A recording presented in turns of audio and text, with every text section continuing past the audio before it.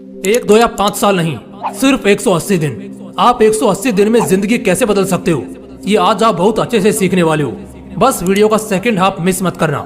आयुष एक 17 साल का लड़का जो एक बहुत ही बोरिंग और स्ट्रगलिंग लाइफ जी रहा था, बिल्कुल आपकी तरह वो भी दिन भर परेशान ही रहता। कभी माँ डांटती तो कभी पापा 4 बात सुना देते और बचे हुए खाली समय में वो बस टेंशन, तंगी और डिस्ट्रैक्शन के साथ आलस्य का कंबल उड़कर लिपटा रहता। पढ़ाई में वो एक एवरेज स्टूडेंट था और उसका कुछ खास मन लगता भी नहीं था इसमें। वो हर काम में पीछे रह जाता। वो आलसी था 1 नंबर का। एक काम भी वो ढंग से नहीं करता था। इसी वजह से हर काम में वो 4 बात सुनता। उसे बेइज्जत होना पड़ता। कोई उसे पसंद नहीं करता था। सब उसकी नालायक और मूर्खों में गिनती करते, लेकिन असल में वो मूर्ख नहीं था। ऐसा बस लोगों को दिखता था, मगर उसका दिमाग बहुत तेज था और यही उसकी सबसे खास बात थी। वो अपने आप की ताकत को जानता था। वो ये भी जानता था कि अगर वो अपने असली औकात पर आ गया तो सब कुछ बदल जाएगा और वो सबसे बड़ा भी बन जाएगा, खूब सफल हो जाएगा। वो नालायक नहीं, बस आलसी था और यही आलसपन तो उसे हर जगह बेइज्जत कर देता था। उसका मन स्थिर नहीं था और इसी रीजन की वजह से वो खुद ही बार बार लोगों के दरवाजे पर पहुंचता, किसी न किसी को फोन करता और किसी न किसी के पीछे पागल रहता, लेकिन बदले में कोई उसे 2 पैसे का भी भाव नहीं देता। एक तरह से कह सकते हैं हर जगह से बेइज्जत हुआ बंदा था वो। लेकिन सबका सुनहरा और खूबसूरत दिन आता है। उसके भी खूबसूरत दिन बड़े जल्दी आने वाले थे। साल था 2019, जब उसी का एक रिश्तेदार जो कि उससे उम्र में 4 से 5 साल बड़ा था, वो उससे मिलता है। मुलाकात में दोनों की बातें होती हैं, मगर थोड़ा खुलने के बाद वो लड़का यानी आयुष अपने उस रिश्तेदार को अपनी सारी परेशानियों के बारे में बताता है। उसके उस रिश्तेदार को उस लड़के में एक चिंगारी जरूर दिखती है कि ये लड़का दम रखता है कुछ बड़ा करने का, मगर ये इतने सारे उलझनों में फंसा ही कुछ इस तरह है कि ये कभी कुछ सही नहीं कर पाता। इस वजह से लोग बस इसकी गलतियां देखते हैं, इसके पीछे की वजह और हालत नहीं। कहते हैं ना, हर रिश्तेदार बुरा ही नहीं होता, कुछ फरिश्ते भी होते हैं। उसने पहले उस लड़के की पूरी बात सुनी और फिर उससे बस एक ही सवाल पूछा, तुम चाहते क्या हो? इस पर उस लड़के ने कहा, मैं सब अच्छा करना चाहता हूँ, सफल होना चाहता हूँ, कम से कम गलतियाँ करना चाहता हूँ और हर चीज में आगे रहना चाहता हूँ। फिर उसके रिश्तेदार ने एकदम शांति से कहा, अच्छा मुझे एक बात बताओ, अगर तुम्हारे गोद में एक 2 साल का बच्चा थमा दिया जाए और उसे गोद में लिए ही तुम्हें आगे 1 किलोमीटर दूर एक मंदिर पर जाना है जहाँ तुम्हारे परिवार के लोग मौजूद हैं और पूजा की तैयारी में है, जो बस तुम्हारा ही इंतजार कर रहे हैं, तो मुझे बताओ क्या तुम्हें उस बच्चे के बोझ से चलने में थोड़ी तकलीफ होगी या नहीं? उसने जवाब दिया, बिल्कुल होगी। इसके बाद उसने कहा, उस बच्चे ने अपने हाथ में 3-4 खिलौने लिए हैं जिनका वजन कुल मिलाकर कम से कम आधा 1 किलो तो होगा ही, तो क्या इससे समस्या थोड़ी और नहीं बढ़ेगी? उस लड़के ने कहा, बिल्कुल बढ़ेगी। इसके बाद उसने कहा, तुम नंगे पांव बिना ये जाने कि मंदिर 1 किलोमीटर आगे तो है, मगर किस दिशा में है, यानी कहां से उसका रास्ता है, ये तुम्हें मालूम ही नहीं है, तो बताओ तब क्या हालत होगी तुम्हारी? तो उसने कहा, मेरी हालत तो बहुत बुरी हो जाएगी। उस रिश्तेदार ने फिर पूछा, इसके साथ अब तुम्हारे घर वाले फोन करके तुम्हें 2 किलो प्रसाद लाने की भी कहते हैं, तो उस समय तुम्हारा मंदिर में पहुंचना ज्यादा वजन और भटकते मन के साथ और भी मुश्किल हो जाएगा, है ना? उस लड़के ने जवाब दिया, बिल्कुल हो जाएगा। इन सब के बाद किसी तरह तुम आधे रास्ते तक पहुंच गए, तब अचानक तुम्हें याद आता है कि तुमने अपने घर का दरवाजा तो लॉक किया ही नहीं और घर में 50,000 कैश और कुछ गहने हैं। उस वक्त क्या करोगे? तुरंत भागना पड़ेगा ना वापस? उस लड़के ने कहा, मेरी तो वाट लग जाएगी। आखिर में उस रिश्तेदार ने फिर एक बार बड़े प्यार से कहा, अब मुझे बताओ इसमें दोस्त किसका था? क्या तुम्हारे घर वालों का, किस्मत का, उस बच्चे का, या तुम्हारे खुद का? आयुष थोड़ा सोच में पड़ गया और बोला कि सारा दोस्त मेरा है। उस रिश्तेदार ने कहा, यहाँ भी तुम गलत हो, दोस्त तुम्हारा नहीं, उस बोझ का है जिसे धीरे धीरे तुमने अपने ऊपर बढ़ाया है।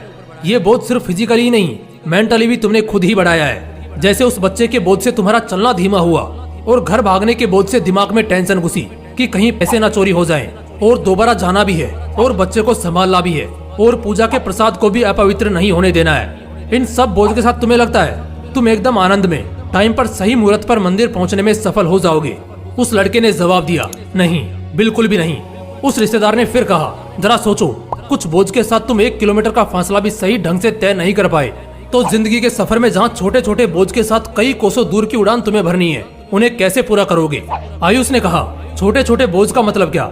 ऐसे बोझ मेरी जिंदगी में कहाँ है? तो उस रिश्तेदार ने कहा, बुरी आदतों का बोझ, एक के बाद एक, जैसे आलस्य, जिद, अनुशासनहीन होना, देर तक सोना, याददाश्त का कमजोर होना, समय बर्बाद करना, दूसरों की चुगली करना, बड़बोल करना, गलत संगत में रहना, गलत सिद्धांतों पर जीना। जब तक इन सब का बोझ रहेगा तुम कैसे सफल हो जाओगे? कभी नहीं हो पाओगे। चैलेंजेस यहाँ कम नहीं है, कुछ ऐसी ड्यूटीज हैं तुम्हारी जो तुम नहीं कर पाते। बुरी आदतों का इतना बोझ तुमने अपने सिर लिया है कि तुम चाह कर भी आगे बढ़ने की कोशिश में हर बार नाकाम होते हो। आयुष सोच में पड़ गया और फिर बोला, ये बात तो आपने बिल्कुल सही बोली, मगर मैं क्या करूं? पढ़ने बैठता हूं तो पढ़ने में मन नहीं लगता, किसी काम में ध्यान नहीं रहता। सोचता हूं कल से कसरत करके अच्छा शरीर बनाऊंगा, मगर वो भी नहीं होता। बार बार मन में ख्याल आता है फोन वगैरह बंद करके सिर्फ और सिर्फ अगले कुछ साल अपने करियर पर फोकस करूंगा, मगर अफसोस वो भी नहीं होता। कुछ समझ ही नहीं आता, क्या करूं? फिर एक बार उसी रिश्तेदार ने हल्की सी मुस्कुराहट के साथ उसे कहा, जिस तरह कुशलता, रणनीति और कोशिश सब होने के बाद भी अगर सही रास्ते का पता ना होना तो मंजिल तक नहीं पहुंच पाओगे, और अगर पहुंच भी गए तो भी बहुत देर से पहुंचोगे। आयुष बोला, तो फिर पहुंचने का सही रास्ता क्या है? उसने कहा, एक बात बोलूंगा और सिर्फ एक बार बोलूंगा। अगर तुमने मान लिया तो ये तुम्हारी खुशकिस्मती होगी, और अगर तुमने नहीं माना तो याद रखना तुम मेरी नजरों से गिर जाओगे, और आज के बाद कभी भी मैं तुम्हें सीरियसली नहीं लूंगा। आयुष ने हाँ में सिर हिलाया। उसने कहा, अगले 6 महीने के लिए यानी पूरे 180 दिन के लिए आज रात को शपथ लेनी है। 180 दिन का बवाल चैलेंज लेना है। कोई पार्टी नहीं, कोई छुट्टी नहीं, खुद पर मेहनत करना छोड़ना नहीं, चाहे जो हो जाए आगे बढ़ने से रुकना नहीं। हर दिन धीरे धीरे अपनी पढ़ाई और प्रोडक्टिव कामों में समय को बढ़ाते रहना है। इन 180 दिनों के चैलेंज को 4 हिस्सों में बांटेंगे, जिसमें पहला पड़ाव होगा 45 दिन का। पहले पड़ाव में आपको बाहरी दुनिया से डिस्कनेक्टेड होना है। किसकी शादी है, किसके लड़के का मुंडन है, किसके घर में क्या खिचड़ी पक रही है, किसकी लड़की किसके साथ भाग गई, कौन किसकी तैयारी कर रहा है, किसने नया घर लिया है, नई गाड़ी ली है, किसके यहाँ कोई फंक्शन है, कौन मर गया, कौन जी रहा है। इन सभी मोह माया से सबसे पहले डिस्कनेक्ट होना है। पहले पड़ाव की चुनौती में लगभग 20% लोग बाहर हो जाएंगे, और उम्मीद करता हूँ क्योंकि तुम्हारे अंदर मुझे चिंगारी दिखी है तो तुम टिक जाओगे। इस पहले पड़ाव में अपने डिस्ट्रैक्शन के सभी सोर्सेज को खत्म कर दो। फोन, लैपटॉप या कंप्यूटर, ऐसी कोई भी चीज जहाँ से अगर 1 पैसे की भी वैल्यू नहीं मिल रही है तो उसे बंद कर दो। जो दोस्त बार बार घूमने और फालतू के कामों के लिए बुलाने आता है उसे ब्लॉक कर दो। जो छोटे छोटे डिस्ट्रैक्शंस जैसे कोई बर्थडे पार्टी या कहीं बाहर घूमने जाना या बीमार पड़ जाना, ऐसी चीजों को भी इग्नोर करो। सबसे मुश्किल ये पहला पड़ाव ही होता है, क्योंकि इसमें आप अपने अंदर के लालच और बर्बाद कर देने वाले सुखों को तोड़ तोड़ कर खत्म करते हो। इस पहले पड़ाव के बाद अब आप मेंटली फोकस्ड और सेल्फ कंसंट्रेटेड हो जाते हो, जिसके बाद जीतना और बेहतर तरीके से रहना आसान हो जाता है। अब हमारी एंट्री होती है उस दूसरे पड़ाव में। यहाँ अगले 45 दिनों के लिए हर दिन मेहनत और बुद्धिमानी की स्पीड को धीरे धीरे इंक्रीज करना है। शुरुआत भले ही पहले दिन 10 मिनट पढ़ने से करो, मगर हर दिन उसे थोड़ा थोड़ा बढ़ाओ। अगर 5-5 मिनट भी हर रोज बढ़ाते गए तो अगले 44 दिन बाद वो 10 मिनट 4 घंटे में बदल जाएगा, और एकदम आसानी से बिना किसी भी तकलीफ के तुम हर रोज बहुत मजे से 4 घंटे पढ़ पाओगे। और अब क्योंकि पहले पड़ाव में तुमने अपने सभी डिस्ट्रैक्शंस को खत्म कर रखा है, तो अब फोकस लेवल अपने आप बढ़ेगा, और साथ ही साथ पढ़ा हुआ या कुछ नया सीखा हुआ बहुत लंबे समय तक बहुत अच्छे से याद भी रहेगा। इन 45 दिनों में पूरा ध्यान अपनी मेहनत और इच्छा शक्ति को बढ़ाने के लिए इस्तेमाल करना है। इसमें एक चैलेंज लेना है कि हमें हर दिन पर्टिकुलरली इतने घंटे पढ़ने बैठना है या किसी अच्छी स्किल को सीखने में लग जाना है। यहाँ पर 50% लोग फिसल जाएंगे, लेकिन आपको टिके रहना है। अब बारी है तीसरे पड़ाव की, और ये भी 45 दिन का ही होने वाला है। इस पड़ाव में अगर आदमी आ गया तो समझो उसने ऑलमोस्ट सब कुछ पा लिया। इस पड़ाव में स्टेट ऑफ नथिंग में जाना है, जहाँ अपने एथिक्स को, अपने लाइफ स्टाइल को, जो आप पिछले 90 दिनों से करते आ रहे हो, उसे एक लेवल और ऊपर लेकर जाना है। इसमें असल में होता क्या है कि तुम्हारे शरीर को अब तक आदत लग चुकी है मेहनत करने की, डिसिप्लिन में रहने की, और पहले की तरह वो तमाम बुरी आदतें अब तुम्हारे में नहीं है। तो इस वक्त तुम्हारे पास एक मौका है, और वो है इन्हीं कोशिशों को एक लेवल और ऊपर लेकर जाने का। जैसे जो हार्डवर्क अब तक 4 घंटे का होता था, उसे बढ़ाकर 6 घंटे कर देना है। पहले जहाँ पढ़ाई पंखे में होती थी, अब ऐसे स्टेट में जाना है कि जहाँ गर्मी से हालत खराब भी हो, तब भी इसका तुम्हारे ऊपर ज्यादा फर्क नहीं पड़ना चाहिए। बिना किसी सुख सुविधा के, बिना किसी इंटरनेट या पर्सनल हेल्प के अब तुम्हें तुम्हारा काम करना आना चाहिए। इस पड़ाव में कुछ इस तरह बनना है जैसे तुम किसी के मोहताज नहीं, ना पैसों के, ना किसी सुख सुविधा के, सिर्फ और सिर्फ अपने दम पर हो और रहोगे। ऐसा इसलिए क्योंकि कई बार ऐसे भी समय आएंगे जब खराब परिस्थितियों में भी, फेलियर्स में भी अपने मेहनत में कोई कंजूसी नहीं करनी होगी, बल्कि मेहनत बरकरार रखनी होगी। ऐसे वक्त के लिए तीसरा पड़ाव आपको तैयार करता है। अब बारी आती है चौथे पड़ाव की, जिसमें 15 से 20% लोग ही जा पाते हैं। लेकिन यही वो लोग होते हैं जो बाकी के 80% लोगों के सर होते हैं, उनके रोल मॉडल और लर्निंग एग्जाम्पल्स होते हैं। ये आखिरी पड़ाव है पूरे 180 डे चैलेंज का। ये 45 दिन का आखिरी पड़ाव होने के बाद आप 180 दिन का चैलेंज पूरा कर चुके होंगे। इसके बाद तुम एकदम बवाल बनने वाले हो। इस समय तक आते आते तुम अपने काम में एकदम परफेक्ट हो चुके हो। लाइफ स्टाइल एकदम जबरदस्त हो चुकी है। किसी भी बुरी आदतों में नहीं फंसे हो।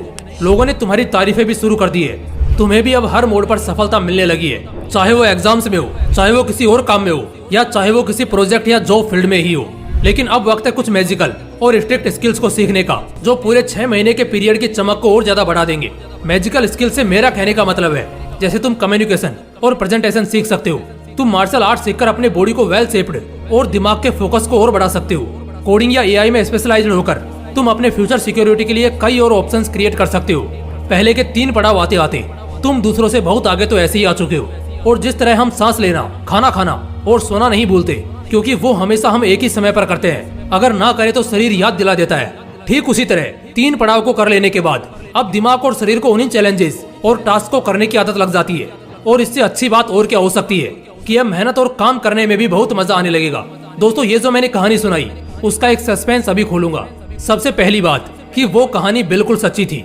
आज वही लड़का आयुष रेलवेज में एक अच्छे पोस्ट पर काम कर रहा है। उसने 2019 के बैच में रेलवेज का एग्जाम निकाला था। मुझे इसकी एग्जैक्ट जानकारी तो नहीं, लेकिन लोगों से आज उसकी खूब तारीफें सुनने को मिलती हैं। वो लाख रुपए की सैलरी पर एक अच्छी जिंदगी जी रहा है। वो जो रिश्तेदार था वो कोई और नहीं बल्कि आपका चीयर लीडर यानी मैं ही था। और ये कुछ सालों पहले की बात है। इस इंसिडेंट के बाद हमारी 3-4 बार मुलाकात हुई और उस बंदे ने हमेशा मुझे शुक्रिया कराया उस एडवाइस का जो उस दिन मैंने उसे दी थी। मुझे भी यकीन था कि काम करेगा, मगर इतना बेहतर करेगा ये शायद नहीं सोचा था।